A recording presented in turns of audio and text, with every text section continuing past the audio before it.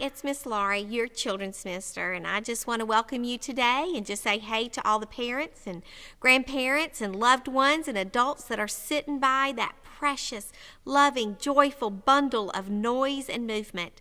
Yeah, your kids. Kids in a worship service can be hard. I can understand that, but I just want to give you some encouragement, some insights, and some tips as you parent in the pew. Proverbs 22:6 says, "Train a child in the way he should go, and when he is old, he will not depart from it." Your kids are in training. God didn't say, hey, you're supposed to have this perfect kid from the get-go. No, he said train them.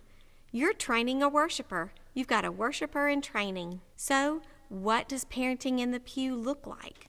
First, I want to let you know that being quiet is not our end goal.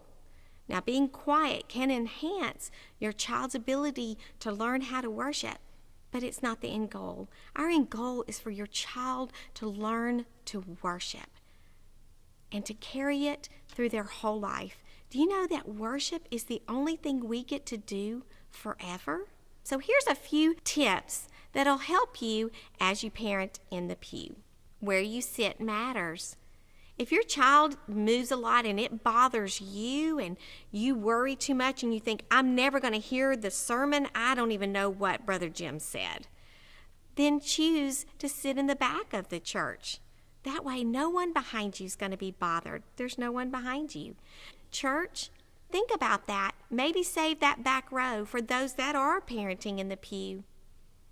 Also, introduce your child to those that are around you. We always have a welcoming time in our church. What a great time to introduce your child to those around you so they'll know that there is a worshiper in training. And I promise you, they're going to be your big supporter. Our church is here for you. Also, set a physical boundary. Set the child in between two adults, an older sibling and you, so it kind of creates that boundary space so they don't have the whole pew and they don't have the floor. Now remember, go to the bathroom before you ever come into the worship service. And explain to your child, let's go to the restroom, and then when you go into worship service, we're not going to leave again. You know the difference between an emergency and what's not an emergency. Here's a big one.